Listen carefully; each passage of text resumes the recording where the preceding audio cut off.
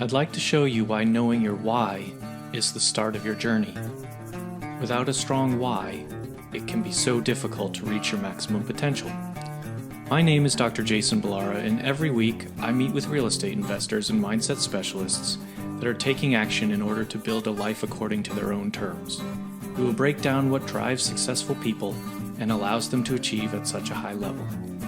If you are a professional wanting to break through, or simply someone that wants to hear an inspiring story, the Know Your Why podcast is made for you.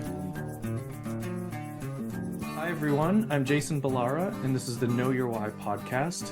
Today I'm here with Brian Orr, aka DJ Twist, which Brian's got a really interesting bio. I'm going to let him tell the story, but first let me just say thank you for coming on the show today. I really appreciate you taking the time.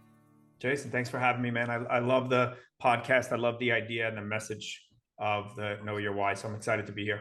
Thank you very much. Why don't you go ahead and we'll just start to, kind of share your story with us. Let the listeners know your background. Probably the DJ Twist part of it gives a little bit of that story away, but I think really, like I said, your bio is very interesting and has a lot to it. So I think it'll be great to kind of dive in. Sure. So with regards to the DJ, I am an internationally touring DJ. I've had a lot of success in that industry. I don't tour anymore, but I still do play here in St. Pete. I still love it. I still have a lot of fun, and I still like to play some tunes. And for reference, I think the CEO of Goldman Sachs is also a DJ. So it's not something to write off right away. You can check that, but I'm pretty sure that that's accurate, or at least he was for a time. So that, I mean, that part of that is living your passion, and we can talk more about that. But yeah, so the thread of DJing has been with me since I was about 13 or 14 years old. So we can just kind of underwrite that as a common thread through the whole course of the story. When I graduated school, I have a degree in finance. I was meant to, stop DJing and get a real job.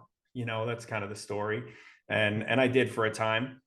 And I got a real job, and I started working as a project manager for a furniture company, an installation company. And this is in 2000. So from then, 2000, 2001, I was working, my office is in Queens, and I was doing most of my jobs in Manhattan. The story, kind of basically what happened was 9/11 happened. And when 9/11 happened, I had been working on a property, working on a job in the trade center for the past 6 months. And I was there just about every Tuesday. That was when I would go in, and I would go direct to the city from my house in Brooklyn and, check on the project. So 9/11 happened on a Tuesday. So I ended up oversleeping that day because of the night before. We used to, I was young. We would go out on Monday nights. There was no, that would happen. So I ended up oversleeping, and I didn't go into Manhattan that day, and I ended up in Queens.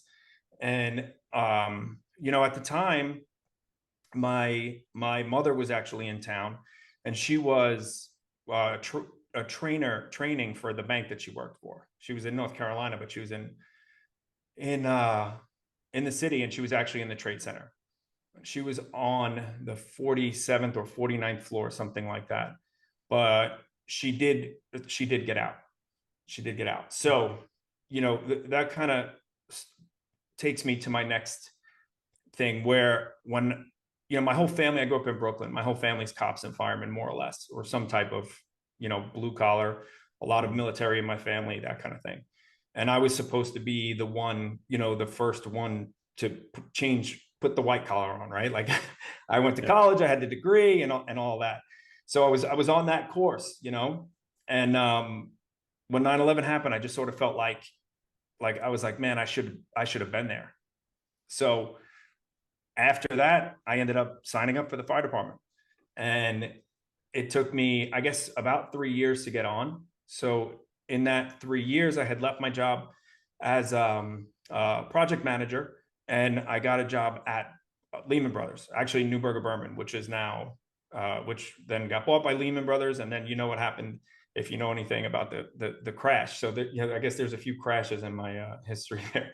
So So I was working at Newburgh Berman. I got licensed. I had my 7 and 66, and I worked on the wealth advisor team, which is sort of ironic as I explain this a little further. And when I got called for the fire department, I left and I just went on.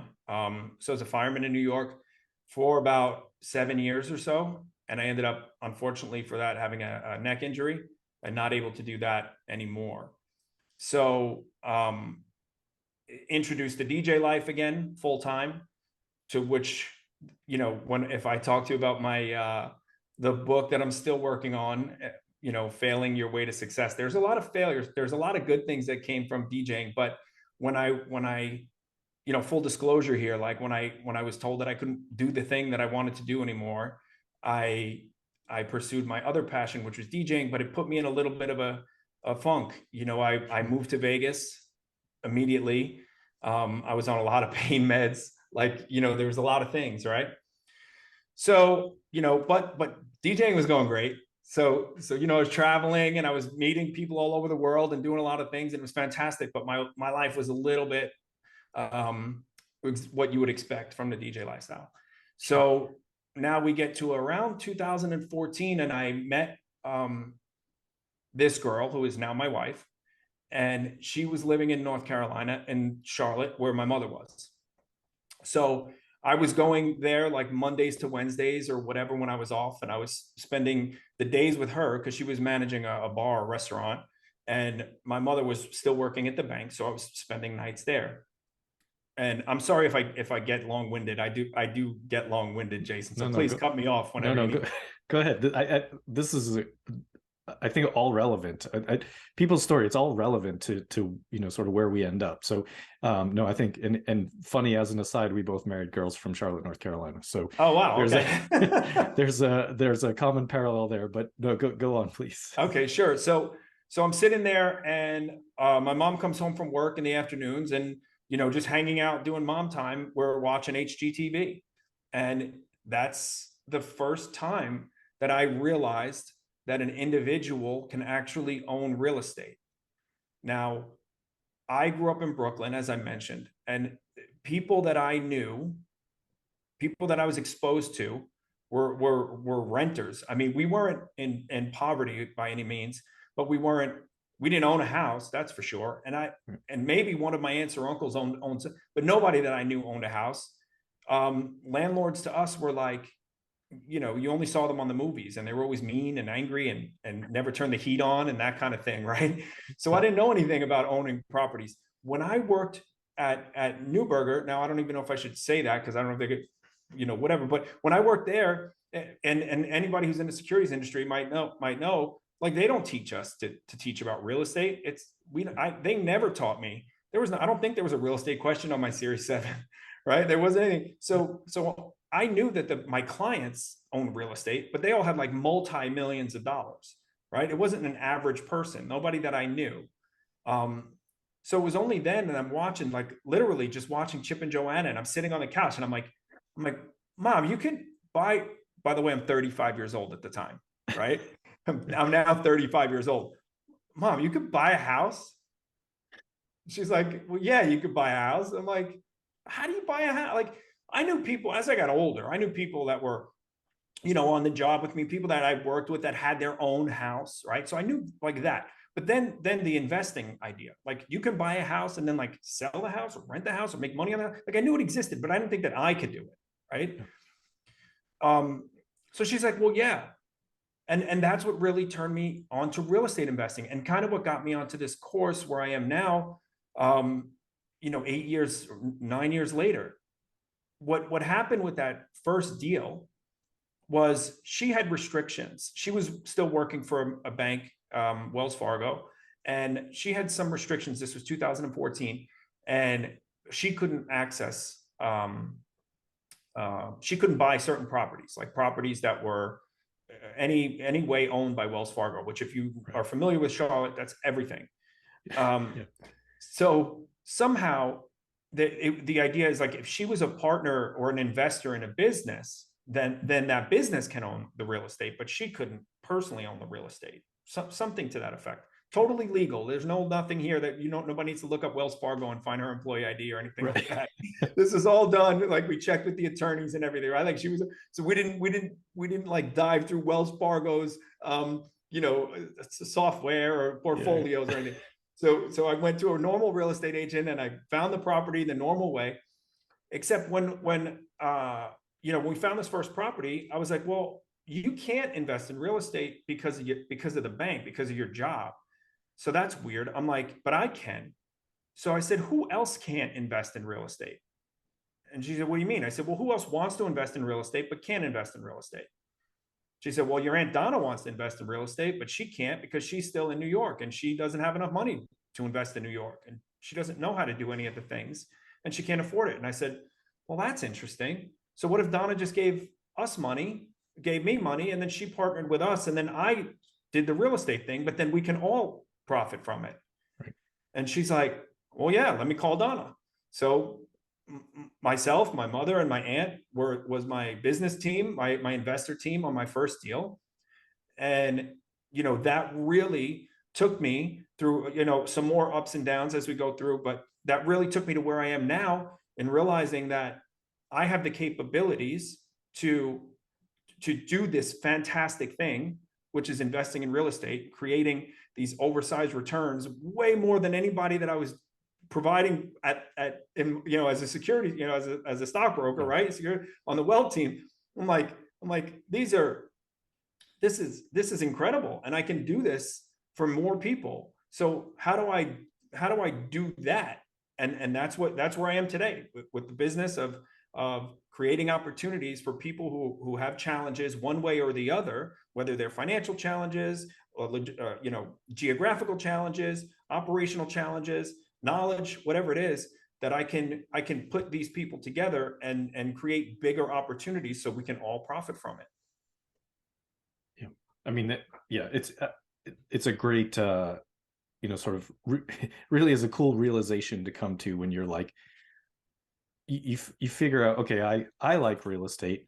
Wait a minute, I can help other people using real estate, right? Like there are lots of people out there that don't know how to get involved or what they can do with it. So it is a really cool realization. And I think, like I said before, like your life journey, whatever you want to call it, like all of that stuff is so relevant to what, where we end up, right? And it take a piece of all of it, and it's like even the DJ side of it, people may say, well, how's that relevant? And it's like, well, I'm sure that a big part of that is just interacting with people and connections and that kind of ability to talk to people and be personable. Like there's just every step along the way, working in finance, like all of it goes into it, and even watching HGTV with mom, like that's all of that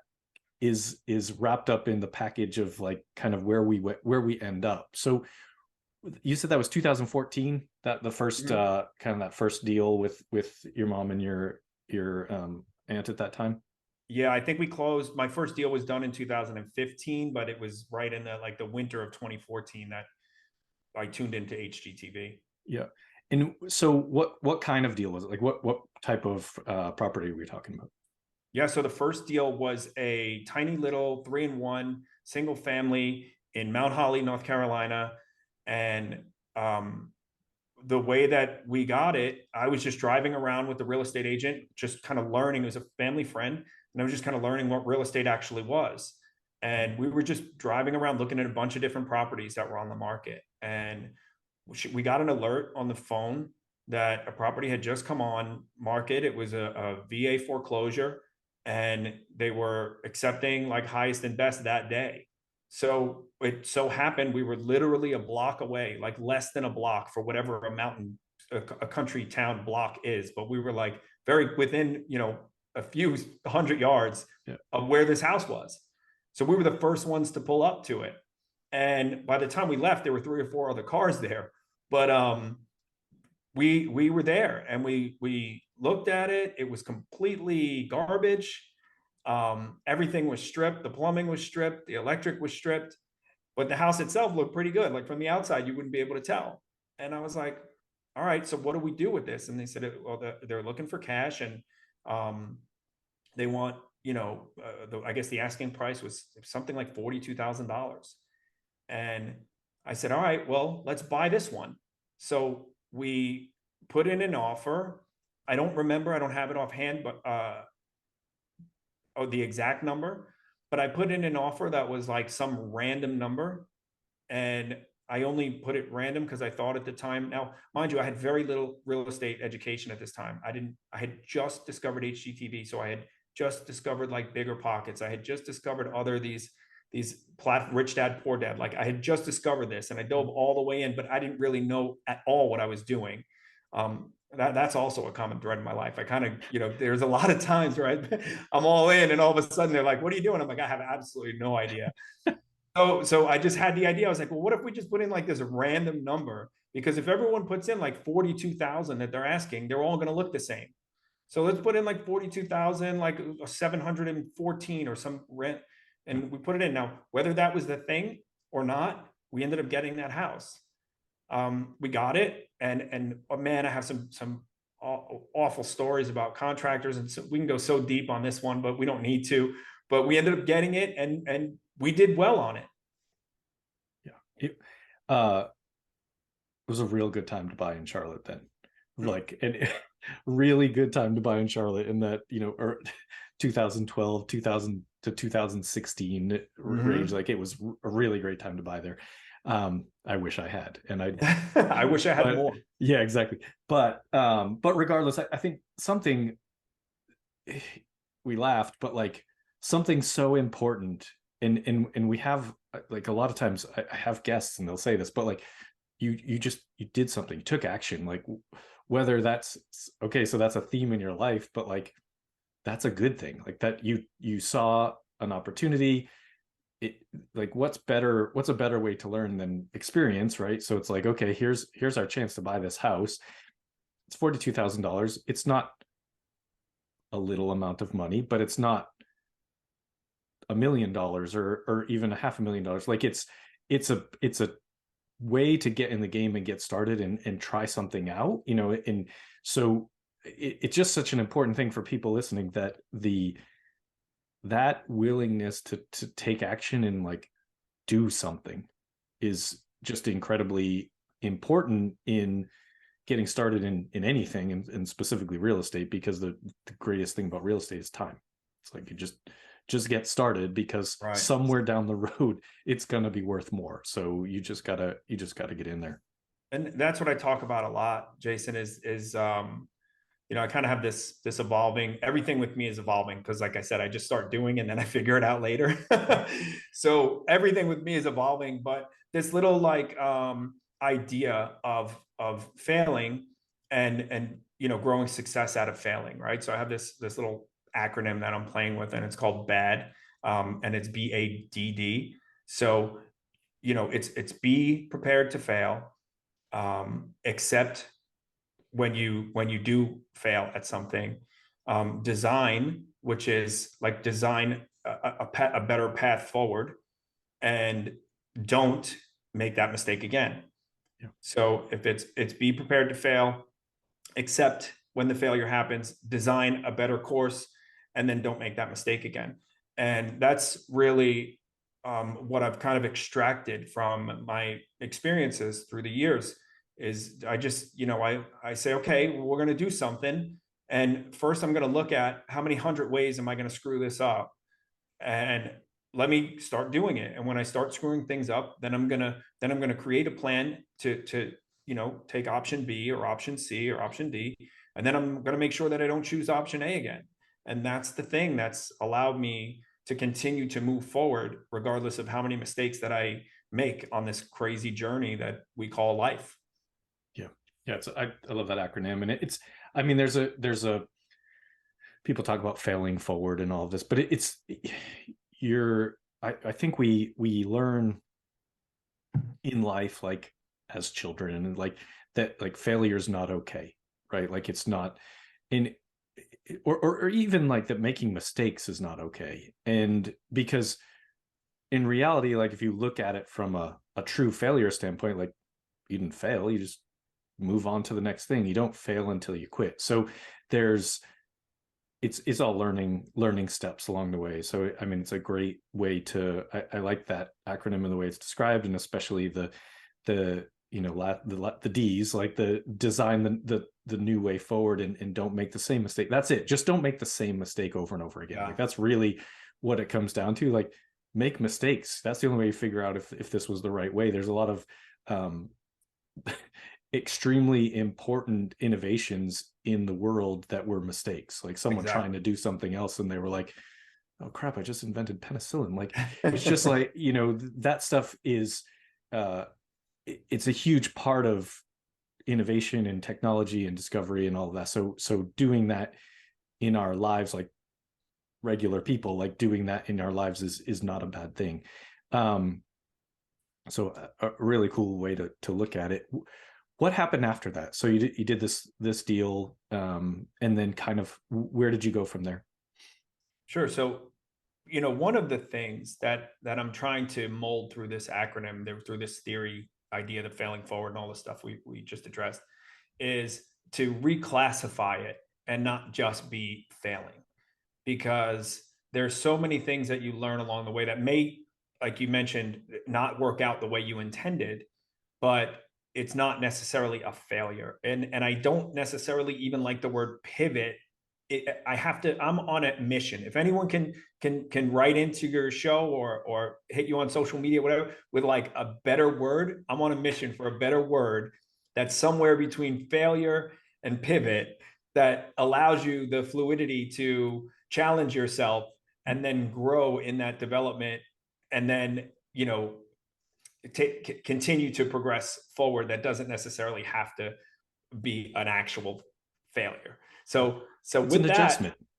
Yeah. Just I'm on this adjustment flow, something, right? Yeah, it's yeah. I get what you're saying though. It's like when something doesn't go right, it doesn't have to be this like catastrophic end. It can be a lesson, an experience, and then you take that and kind of move forward and do what you need to do with it. So Exactly. yeah, we'll put a poll out for let's find the word. would...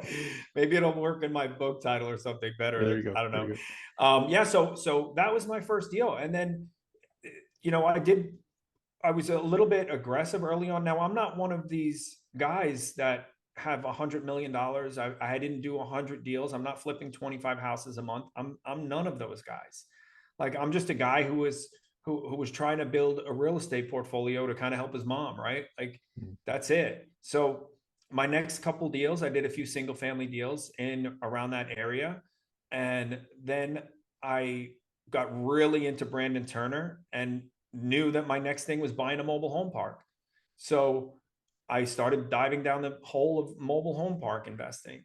And as you know, if you know the area, there's a lot of them around there. So I ended up shopping these mobile home parks, having no idea at all what I was doing. So I had an agent show me a property, and I walked the property with her.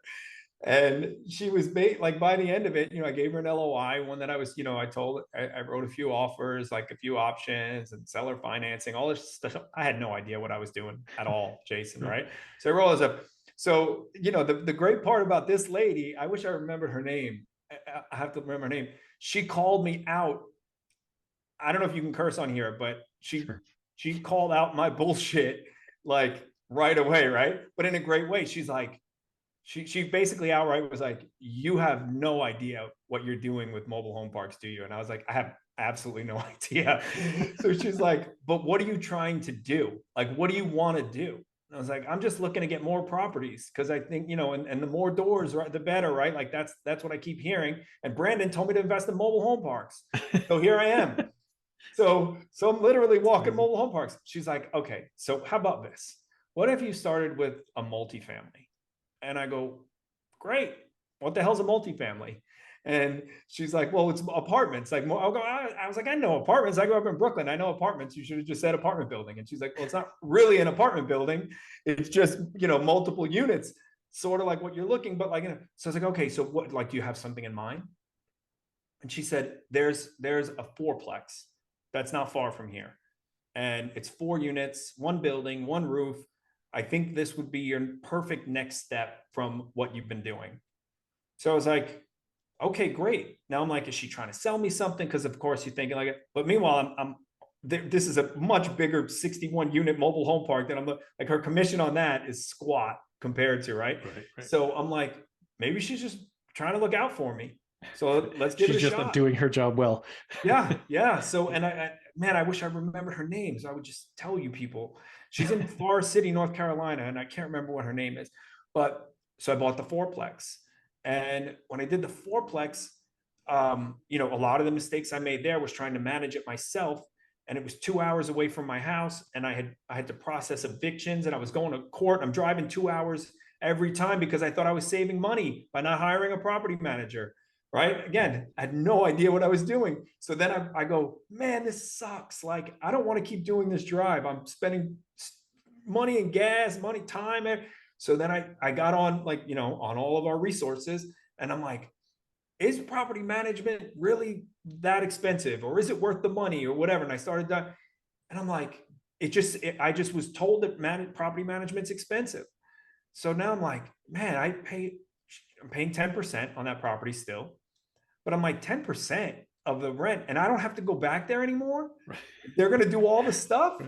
Yeah. I'm like, and what about getting a tenant? They're going to do that. They're going to get all, and I'm like, this is incredible. So I called a couple of the agents that one, and I'm like, do you know any property managers there? And she's like, yeah, absolutely. Gave me a property manager. I hired the property manager, and I haven't seen the building in 3 years. And I'm like, maybe 4 years now. And I'm like, wow, this is awesome, right? This works. So now this has become like now a thing in my tool belt, right? Now I don't have to fix the properties. Oh, I didn't even get into that whole idea. I'll rewind that in a second. Actually,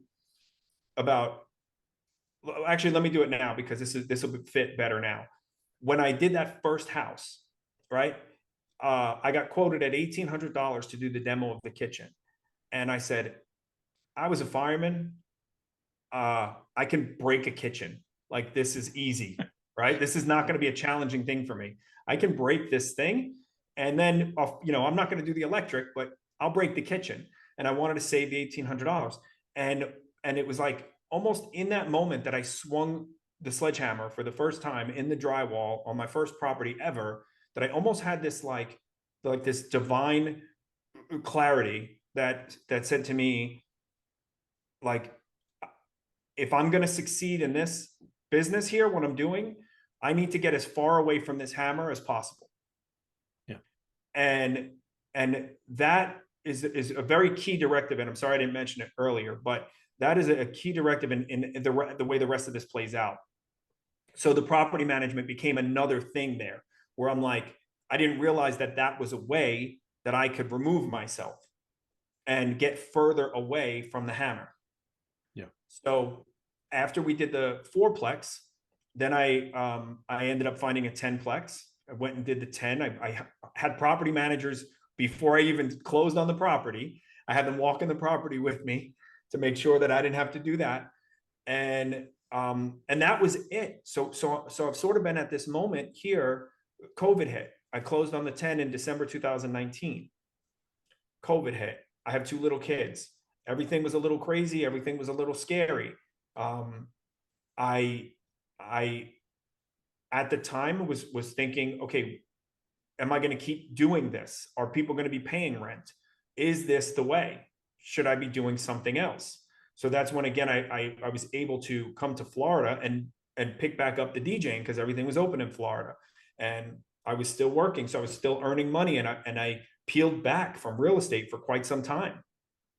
Come end of 21 into 22, and it was time to refinance my fourplex and my 10plex. So I did the refinance on the 4 and the 10, and I was like, man, why am I not doing more real estate? So through the end of 2022 is kind of when the second refinance happened, and that puts me to where I am now, which is I was looking to acquire my next property, my next step up, right? My compound, whatever they call it, stacking. So I did my singles, then my 4, then my 10, and now I'm looking for a 30 or 40 or 50. Unfortunately, my daughter ended up coming down with, she's kind of sick.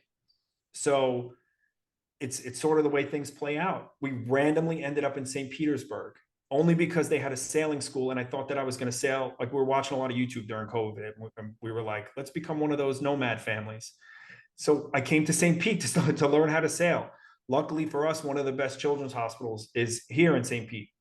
So she's getting treatment there. Anyway, I am now logistically challenged, like some of the people who I intended on helping from the beginning. So now I'm one of those people. So I can't go back to North Carolina to underwrite properties, and I can't do due diligence in Ohio where I want to invest. I can't do those things because I have to be here. So what's now, right? Like, that's one of those moments where I don't think it was necessarily a pivot. It certainly wasn't a failure, but how do we now progress forward? And I started this company, which is called Remix Capital. It's Remix Capital Group, and Remix, obviously, my DJ life. Yeah. So it's Remix Capital, and remixinvesting.com is the education portion of it. And what I'm doing with that right now is first teaching, but with Remix Capital, I have just signed on to co-sponsor my first large syndication with a good friend of mine who's a large syndicator, who's been doing a lot of properties. And I found that becoming essentially a passive investor myself, or being forced into becoming a passive investor myself because of my restrictions, my challenges, I can still help other people invest in real estate, and I can still broadcast that it's such a good thing. And I can do that by doing syndications and funds and that type of business. So that's what I just started here a few months ago, is putting together a fund to help other people passively invest in real estate.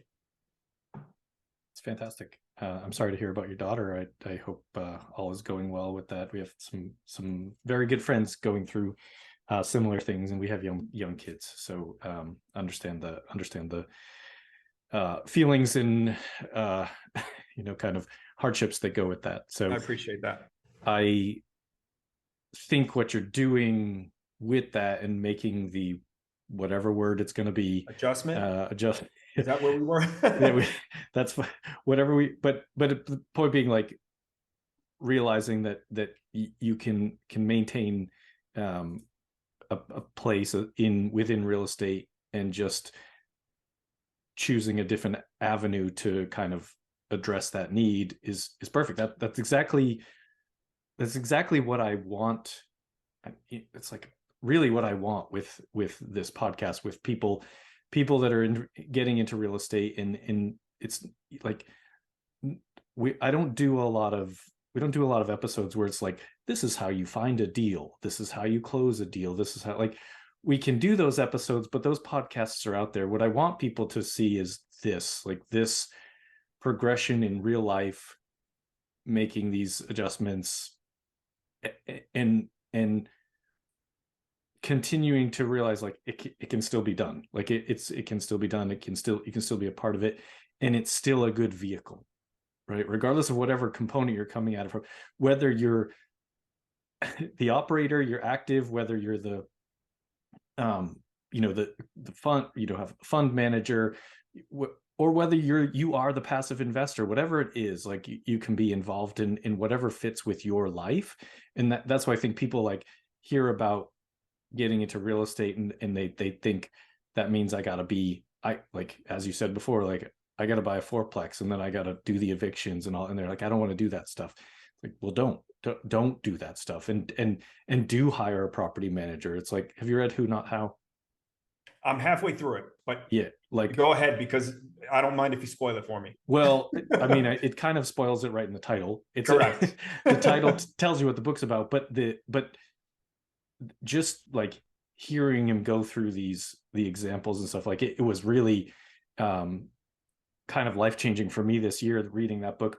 And it's still, like, I'm not good at, it's hard to shift your whole persona, but I've always been like that DIY guy. And so realizing what I can get more, I can accomplish more by just finding other people that are better at those components, rather than saying, okay, now I got to learn. I wouldn't have a podcast if I didn't have a podcast editor. Like, I'm not going to learn how to edit podcasts. Like, it's just, that's one of the examples, but it's the same thing. Like, you realized, hey, wait, I can have a property manager. I don't have to do this stuff. And it's like 10% is nothing compared to what it does, like the time that it frees you up. So Absolutely. it's just things that I think people need to, it's good to stop and like notice that, you know, what you've done, the choices you've made, and always taking action, but then realizing, okay, well, I don't have to do it that way. Like, I can, you know, going back to your acronym. I think it's perfectly fitting.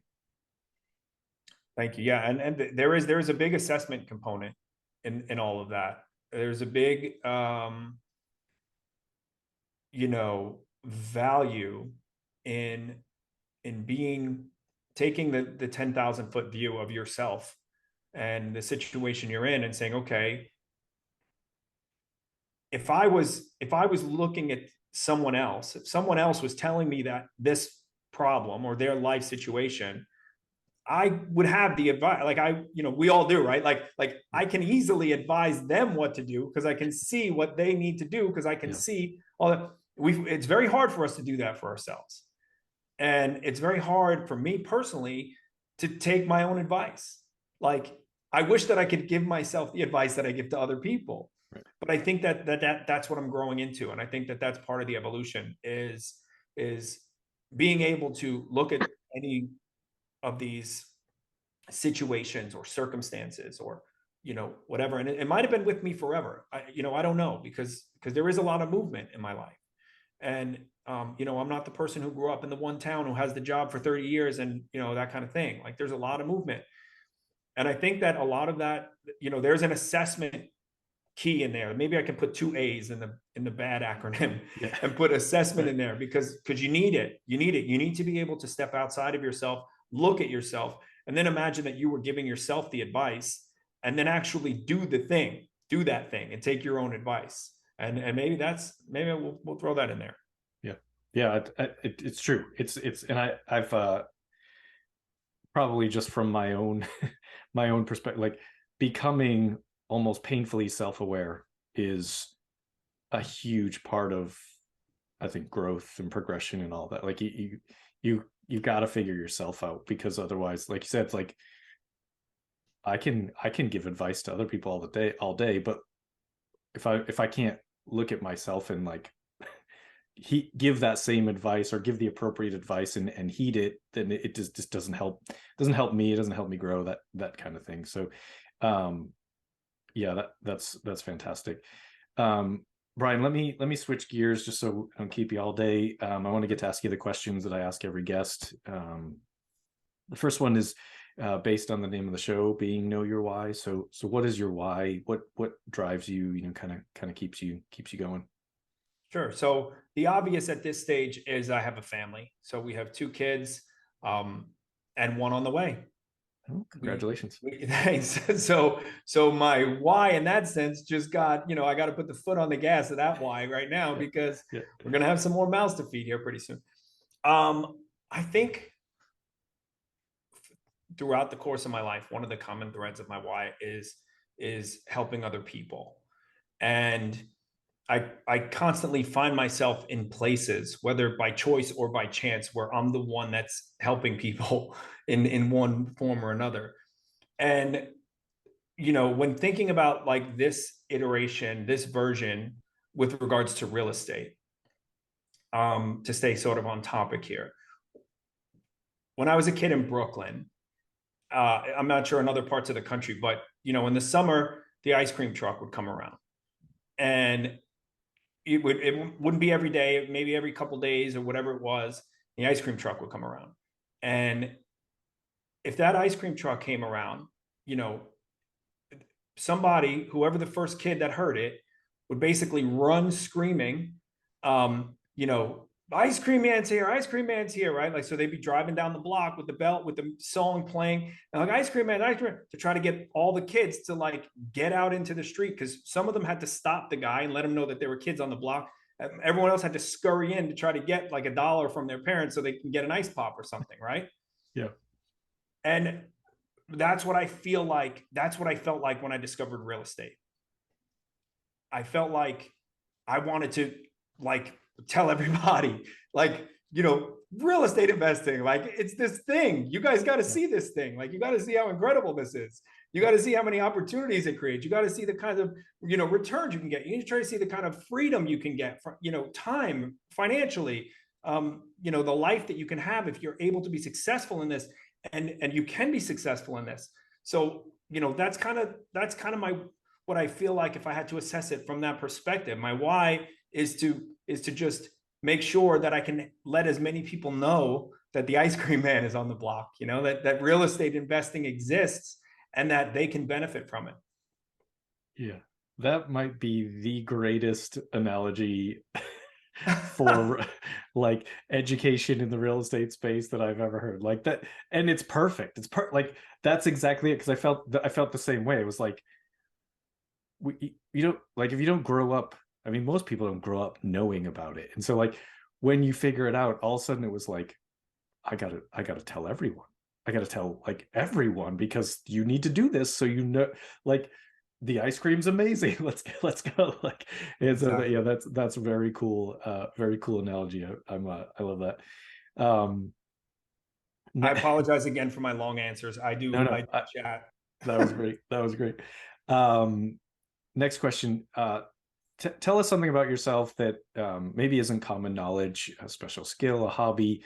I know you've kind of shared some of your Man, I was going to skills. say, I've been an open book for the first Yeah, I know. hour. I was going to say, you've already you've kind of told us everything, so I will give you a pass unless there's something else you would like to bring into the fold. But yeah, we know you're a DJ. You've got another kid on the way. There's a lot of yeah, there's been full disclosure. I'm not holding back here, Jay. You're kind of your listeners are getting the whole thing. That's fine. I mean, something that they don't, something that people don't know about me, or something that I don't talk about a lot. I do like to talk. Honestly, I have a hard time.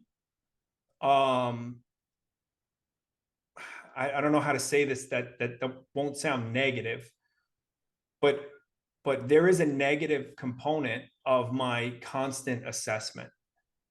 And that comes with, like, for example, when I tried to do jujitsu, like I signed up for jujitsu and I did a bunch of classes and I loved it, but I don't know.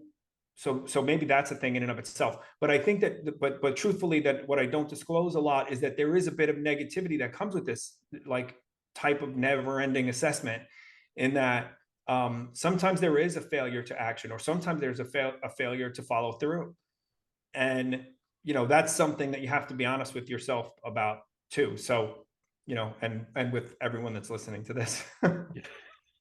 Yeah, it's true. I mean, because if you're really doing the assessment, the self-assessment, and being honest about, like, we're not perfect, nobody's perfect. You're like, there's gonna be some things that are that not even necessarily negative, just like things that you can optimize more or whatever. I just you know who Rob Dyrdek is? Yeah. He has a podcast, and like I knew him from Ridiculousness, which is hysterical, like, to know what kind of an amazing business person he is, like, outside of Ridiculous. And but he has this whole, like, time optimization and optimization of himself, like, system that he goes through. And it's like, you have to be really, really self-critical to put those things in place, but also, like, give yourself some forgiveness, because you're not going to be perfect. Like, you're not going to be optimized, you're not going to be perfect. Yeah. It's not going to be every minute of every day. So no, I think it's cool. I think maybe one day. I've I grew up with the Karate Kid, and since I've always wanted to have a black belt or something, I've always wanted to learn martial arts. Just now is not the time, but maybe one day. Yeah. When people hear this, what's the best way for them to reach out to you? Yeah, so my social is still at DJ Twist. It's DJTWIST, and that's on all the platforms. But I am building this education platform, as I alluded to a little bit earlier. And that website is called remixinvesting.com. And that's strictly content that I'm trying to put out. I host a local meetup monthly here in St. Pete and a weekly Zoom call. And all of that is, like we mentioned earlier, that's just the ice cream man is here kind of stuff. Like that's just the telling people about real estate. If anybody is interested in speaking to me on a more professional level and looking at some of the deals that I have and the opportunities that I have as a sponsor, as a co-sponsor, that website is remixcapitalgroup.com. And you can check me out there or schedule a call and we can talk any further. Okay, great. Well, and we'll put all that in the show notes. Final question for you, Brian. What is a piece of advice you would give to someone who is getting started in real estate, kind of trying to get into the game? What would you tell them? Yeah, I would say a couple of different things, and I'll say it as quickly as I can, Jay, I promise. Take action first and foremost, right? Now that's a big concept. Take action. What the hell does that mean? Start doing things. And those things, what are those things? Education. So listen to podcasts like this. Read as many books as you can, but don't just read. Do the things that you read about in the book. Start doing the things. Like I went to buy a mobile home park, just because Brandon told me to, and with that being, along those lines, find somebody, find a mentor or multiple mentors in as many spaces as you can. Find people who are doing the things that you want to do and learn from them. Try to get lunch with them. It might not happen if it's an author or, somebody with 200 million under portfolio and you're first starting, but you can still absorb their content because they're on podcasts and they're writing books and they're writing newsletters. So, consider one of those people or some more of those people your mentors and follow them and try to connect with them. Hell, why not, right? Send them emails. Take the action. You never know what could happen from one action and how that snowballs into whatever else or what you learn from it. So it starts with the umbrella concept of taking action, but very specifically build your education, find some mentors, and just get to work. Yeah. And it's great advice. And I would add to that sort of sentiment as far as, don't not reach out to someone because you think they might like be above you or not. Brandon Turner was on this podcast recently. Like that was pretty cool, but I met him in person at a mastermind. And so like, you gotta take the action of like actually going up and saying, hey, Brandon, like, obviously a lot of people know who you are. This is me. Like, I'd love to have you on the podcast. I'd love to like get to know you better like that. It's just that stuff. There's lots and lots of real estate conferences, and like those people that are up on stage are also there and they'll talk to you. Like they're not going to like, kind of shun you. Like they'll talk to you. You just got to be willing to kind of take those chances. Doesn't mean they're going to, take you under their wing and bring you back to the office to teach you everything they know. But like, it's just taking those chances and finding the connections where you can. Jason, you're exactly right. You want a massive action tip that I'm going to give away. This is my number one secret. I'm going to give it away as a bonus here at the end. Okay. I'm ready. I too have met many of the people who we consider the elite in our industry. And it happens at conferences. And here's how. You're at a conference. Okay. I know my seat's going to be crowded now next time when I go. When you're at a conference, see where the speakers are entering the stage or the back of the room. Because when the speakers are speaking, the other speakers want to watch those speakers. So they'll either be side stage or in the back of the room. Find out where they're congregating, sit there, and then in between speakers or before or after or whatever it is, that's your chance to turn around and make that approach, like you just mentioned in your mastermind group. So when you're at the conferences, that's the time. That's the time. They're all there. Position yourself where they are. Don't try to catch them in the hallway. Don't try to catch them when they're going to breakfast. Catch them in the back of the room or side stage. And I don't, for anyone that heard this tip on this podcast, say hi to me at the next conference, because trust me, it works. That's my bonus secret tip that I'm giving to your audience here. It's actually really good. Like, that's how, like, Brandon was just sitting at the back of the room the whole, like, whenever he wasn't speaking, he was just sitting at the back of the room. And I'm like, I didn't even, it wasn't specifically a real estate mastermind. It was just like successful people type of mastermind.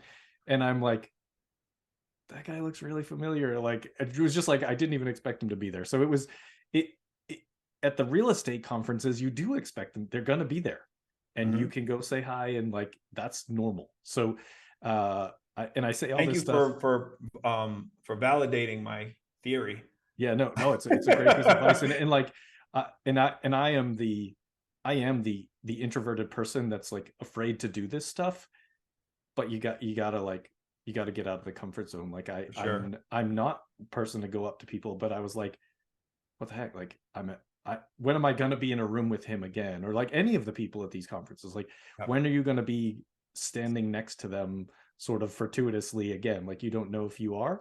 And the way to assure that you're not is to not do anything. So it's just kind of like, it's that whole, you miss every shot you don't take, type of mentality. So really, really good advice. And just an awesome conversation, Brian. I really appreciate having you on the show. I appreciate you kind of sharing your story and some really good, just actionable advice for people trying to get into it. And your journey outlined that there's a number of different ways to do it, right? It doesn't, you don't have to buy single family. You don't have to buy multifamily. You don't have to buy mobile home parks. You just find the thing that works for you as you're doing that self-assessment. So thank you so much for coming on. I appreciate it, Jason. It was a great conversation. Thank you for having me on, and I look forward to following your success, and hopefully we'll talk again in the future. Yeah, I'm sure you will. And folks listening, I know you're going to love this episode, get a lot of value out of it. Please like, rate, and review so we can have more great guests like Brian. I'd like to show you why knowing your why is the start of your journey. Without a strong why, it can be so difficult to reach your maximum potential. My name is Dr. Jason Ballara, and every week I meet with real estate investors and mindset specialists that are taking action in order to build a life according to their own terms. We will break down what drives successful people and allows them to achieve at such a high level. If you are a professional wanting to break through, or simply someone that wants to hear an inspiring story, the Know Your Why podcast is made for you.